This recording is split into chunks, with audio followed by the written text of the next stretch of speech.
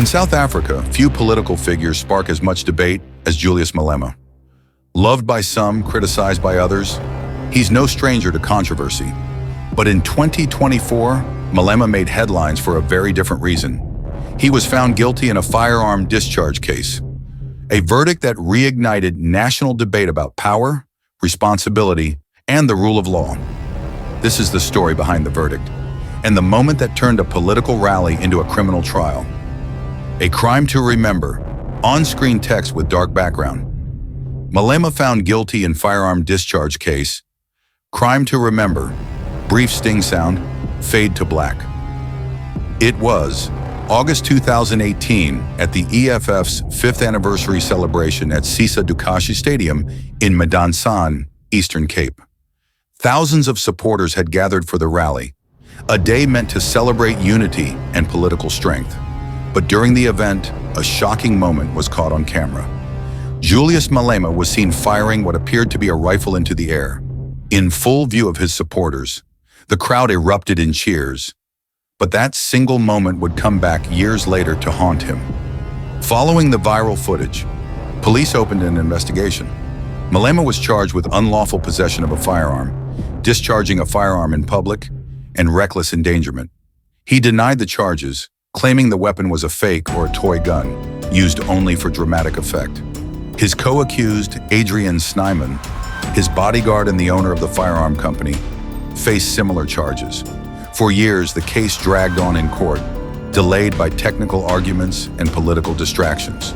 But in 2024, the verdict finally arrived. The East London Regional Court found Julius Malema and Adrian Snyman guilty of firearm-related offenses.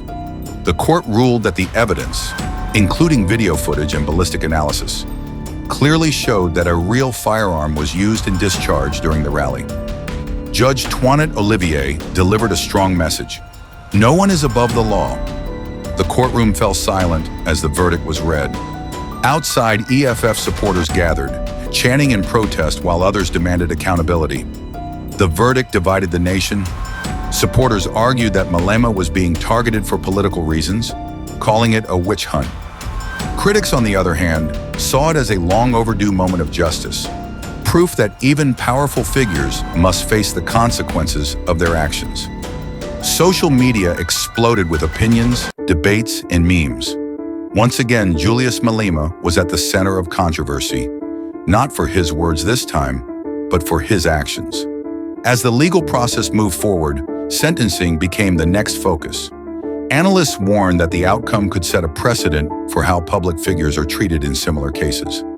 For South Africa's justice system, this case wasn't just about one man firing a gun. It was about the message that no person, no matter how influential, can act above the law.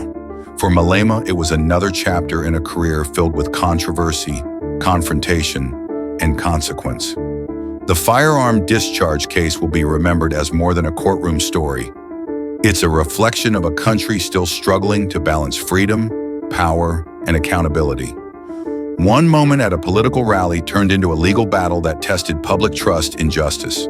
And no matter where you stand politically, the verdict sent a clear message. Actions have consequences. This was the story of Julius Malema's firearm discharge case, a crime to remember. If you found this story informative, don't forget to like, share, and subscribe for more true crime and justice stories from South Africa and beyond. What do you think?